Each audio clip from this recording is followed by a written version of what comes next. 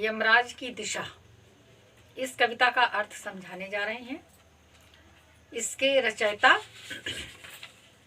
चंद्रकांत त्योताले, जिन्होंने यमराज की दिशा, इसका क्या अर्थ? यमराज की दिशा, कोई एक ही दिशा यमराज की थोड़ी ना है कि यमराज एक ही दिशा से आते हैं। यहाँ पर कवि ने ये समझाने की कोशिश की है कि मनुष्य को सदा सावधान रहना चाहिए, क्योंकि आज का युग विकास का युग है। अत्यधिक, जब बहुत अधिक विकास होता है तो विनाश भी निश्चित होता है। अत्यधिक विकास जो है वो विनाश को लाता है। इसलिए सदैव सतर्क और सावधान रहना चाहिए। कवि जैसा परिस्थिति देखता है, जैसा समय देखता है, जैसा समय की धारा को देखता है, उसी हिसाब से वो अपने भाव, अपने विचार सबके समक्ष लाने के लिए वो कविता के द्वारा ही संबोधित करता है और मनुष्य को चेतावनी देता है। तो कवि के भाव ही मनुष्य को सतर्क करते हैं। तो यहाँ पर यमराज की दिशा का अर्थ हमने आपको बताया। यमराज की दिशा यानी सबसे बुरी दिशा बताई गई है। भाई, जहाँ यमराज का निवास है वो स्थान तो मनुष्य के लिए बुरा ही माना जाता है, बुरा ही मानता है उस दिशा को।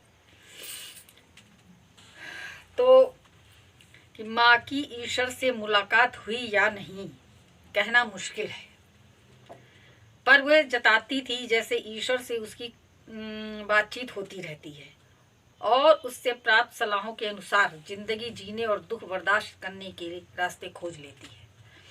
तो यहाँ पर माँ जो है वो अपने बेटे को सतर्क कर रही है और माँ हमेशा बच्चे का भला ही चाहती है।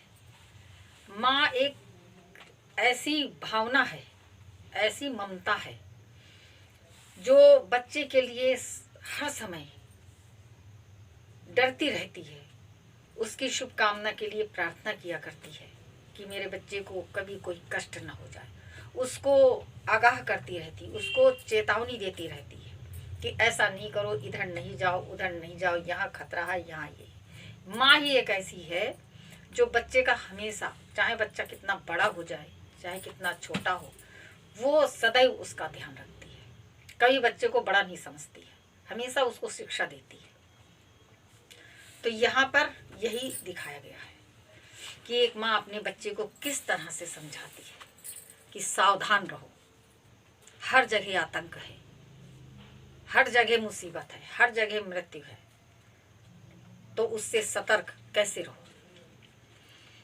कि माँ की ईश्वर से मुलाकात हुई यानी ईश्वर से कभी वो मिली या नहीं मिली इसका तो पता नहीं है, पर वो जताती ऐसे है, यानी वो ऐसे बताती है कि जैसे उसकी ईश्वर से मुलाकात हुई है और वो सब कुछ जानती है। ईश्वर से मुलाकात जिसकी हो जाए तो वो तो सर्वज्ञ हो जाएगा। तो ऐसा लगता है कि माँ की मुलाकात ईश्वर से हुई है और वो हर कुछ जानती है, कहाँ पर खतरा है, कहाँ पर नहीं है, कौन सी दिशा बुरी है। तो वो अपने बच्चे के लिए सदैव इस प्रकार से समझाती है, इस प्रकार से उसको सचेत करती है कि जैसे वो ईश्वर के बताए हुए रास्ते पर चलने के लिए उसको कह रही है और मतलब उसी की बताए हुए रास्तों पर चल रही है और चलने को कह रही है। जिंदगी जीने और दुख बर्दाश्त करने की रास्ते खोज लेती है।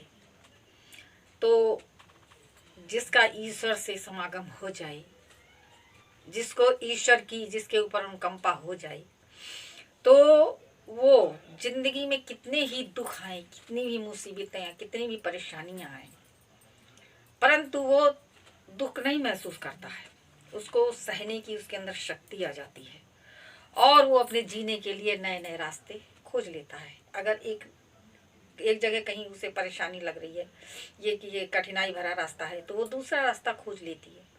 दूसरा अगर उसे कठिन लग रहा है तो और रास्ते खोज लेती है। तो इंसान के अंदर सहन शक्ति होना चाहिए। सहन शक्ति होना बहुत ही आवश्यक है। अगर सहन शक्ति नहीं है तो कुछ भी नहीं इंसान कर सकता है, जरा देर में ही वो बौखला जाएगा। तो इसलिए मनुष्य के अंदर जो है बर्दाश्त की यानी सहन करने की शक्ति होनी चाहिए, हर मुसीबत से लड़ने की शक्ति होनी चाहिए। मानिए एक बार मुझसे कहा था, दक्षिण की तरफ पैर करके मत सोना, वो मृत्यु की दिशा है और यमराज को क्रुद्ध करना बुद्धिमानी की बात नहीं है। तो माँ जो है सर्वदा दक्षिण दिशा को बहुत बुरी दिशा माना जाता है। सभी लोग मानते हैं कि उधर कोई अच्छा कार्य उस दिशा में बैठकर नहीं करते हैं, कि उधर हमारा मुख हो, हम पूजन पाठ करें या कोई भी अच्छा कार्य करें तो उस दिशा की ओर नहीं करते हैं।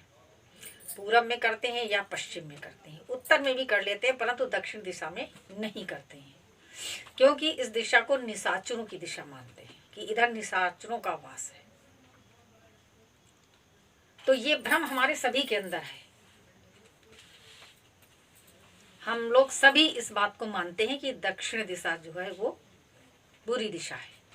मृत्यु होती है इंसान की तब भी कहते हैं दक्षिण की ओर पैर कर दो, यानी यमराज की दिशा है। तो सभी मानते हैं और मतलब पहले से मानते आए हैं, आज भी मान रहे हैं और आगे भी मानेंगे कि दक्षिणी दिशा जो है वो शुभ दिशा नहीं मानी जाती है। कहते हैं वो मृत्यु की दिशा, जिसकी मृत्यु हो जाती वही उधर की ओर जाता है और यमराज को क्रुद्ध करना बुद्धिमानी की। तो कह रहे अगर तुम उस दिशा की ओर पैर करके सोओगे तो उसमें यमराज का अपमान होगा, पता नहीं यमराज क्रुद्ध हो जाए। तो कह रहे यमराज को जो है क्रुद्ध करना उचित नहीं है, उनको प्रसन्न रखना चाहिए कि कभी असमय में ही वो किसी को ना ले जाए। तो माँ जो है वो बच्चे को अपने इस प्रकार की सावधानी करने के लिए बताती है। तब मैं छोटा था और मैंने यमराज के घर का पता पूछा था। उसने बताया था तुम जहां भी हो वहां से हमेशा दक्षिण में। तो जब बच्चा छोटा था तो उसने अपनी माँ से कहा कि आप यमराज की दिशा या ये यमराज कहती रहती हैं तो आपको दिशा तो मालूम है, तो आपको तो उनके घर का पता भी मालूम होगा।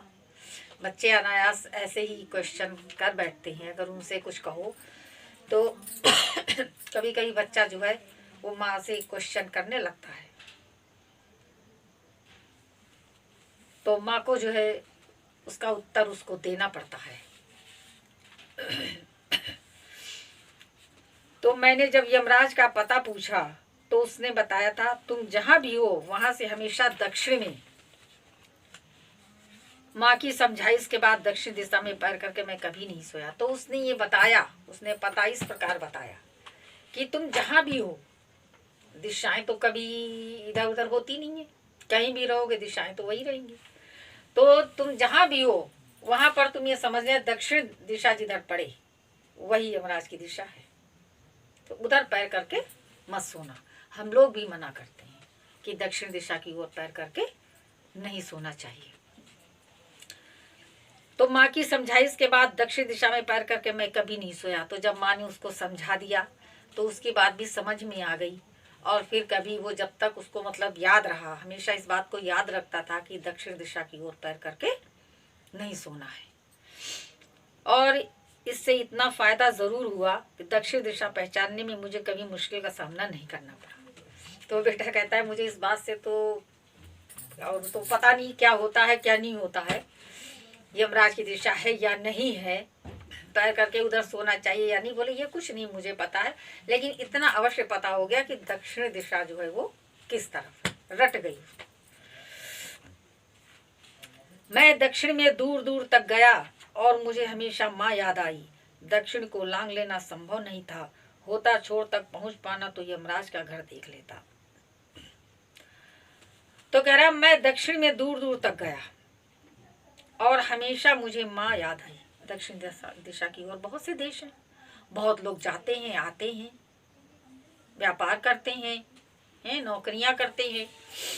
तो कह रहा है कि मैं दक्षिण में दूर दूर तक गया, कि दक्षिण दिशा में मैं बहुत दूर दूर तक हो आया और मुझे हमेशा माँ याद आई। तो उस माँ जो कि वहां पर उधर पैर करके सोने के लिए मना करती है, आज उसी दक्षिण दिशा में वो दूर दूर तक घूम करके आया है। तो वो कहता मुझे माँ की बात याद आती है कि दक्षिण दिशा की ओर जो है पैर करके नहीं सोना चाहिए, दक्षिण दिशा जो है वो बहुत बुरी होती है। तो ये बात उसको बराबर याद आती रही। दक्षिण को लांग लेना संभव नहीं था, होता छोड़ तक पहुंच पाना। तो दक्षिण दिशा कोई साधारण नहीं है, बीच में समुद्र भी है, महासागर भी है। तो कह रहे हैं इधर भी है उधर भी है। तो दक्षिण दिशा को लांग पाना यानी उसको पार कर पाना बहुत ही असंभव है। पूरी दक्षिण दिशा जो है वो घूमी नहीं जा सकती है, घूमना असंभव है। नहीं तो अगर संभव होता उसको पार करना तो वो आखिरी छोर तक जाता है, देखता कहाँ यमराज का घर है, कहाँ यमराज का ठिकाना है, तो इसका भी वो पता लगा लेता यदि पूरी दक्षिण दिशा घूमना संभव हो जाता तो। पर आज जिधर भी पैर करके सोवो वही दक्षिण दिशा हो जाती है। सभी दिशाओं में यमराज के आलीशान महल हैं और वे सभी में एक साथ अपनी दहकती आंखों सहित विराजते हैं। तो कह रहे हैं कि दक्षिण दिशा तो एक ही दिशा है, परंतु आज तो संसार में चारों दिशाएं यानी 10 दिशाएं जो है वही यमराज की दिशा हो गई, वही दक्षिण दिशा हो गई। कौन सी ऐसी दिशा है जहां यमराज नहीं बैठे हैं, जो मनुष्य को जो है हर समय मारने और दबोचने के लिए तैयार रहते हैं। तो अब तो पहले तो एक ही दिशा थी दक्षिण दिशा, परंतु अब तो सभी दिशाएं जो है वो दक्षिण की ही हो गई हैं। कहीं भी व्यक्ति सुरक्षित नहीं, पता नहीं किधर से कौन सा यमराज निकल पड़े और मनुष्य को जो है हनन कर दे। तो वो बच्चा कहता है कि वो दक्षिण दिशा हो जाती, मतलब अब तो कोई दिशा ही नहीं शुद्ध बची है, सारी दिशाएं एक ही जैसी हैं। सभी दिशाओं में यमराज के आलीशान, और जितने यमराज का मतलब कोई यमराज ही नहीं है।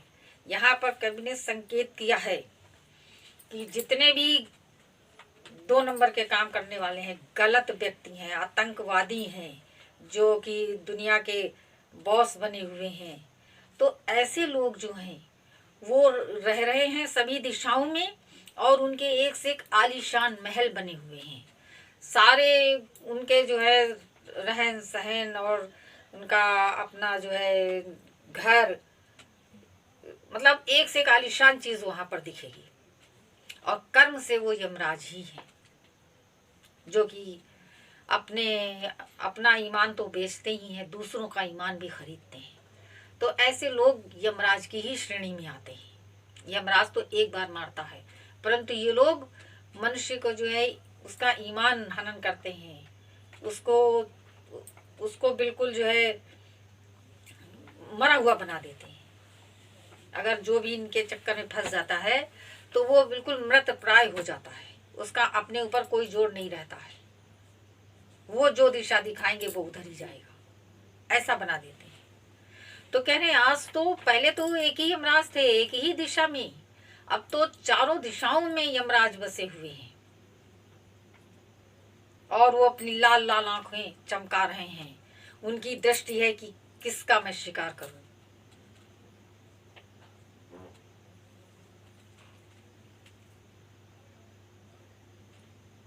अब माँ अब नहीं है और यमराज की दिशा भी वो नहीं रही जो माँ जानती थी।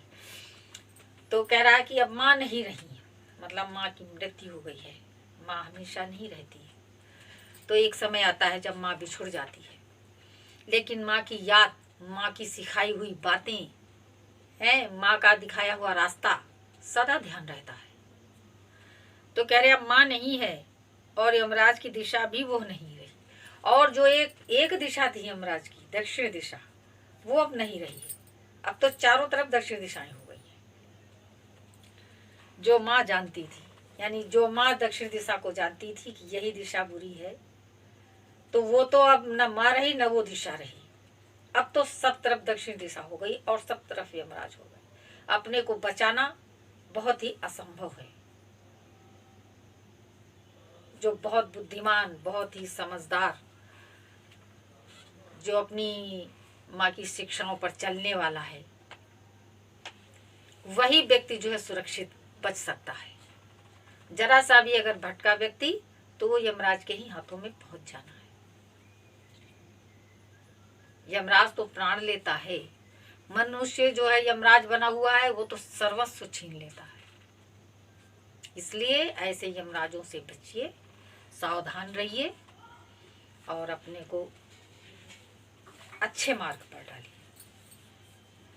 इस यहाँ पर अब आपका ये पाठ समाप्त होता है, यमराज की दिशा। अगर हमारा वीडियो पसंद आया हो तो वीडियो को लाइक कर दें और चैनल को सब्सक्राइब करके बेल आइकन दबा दें।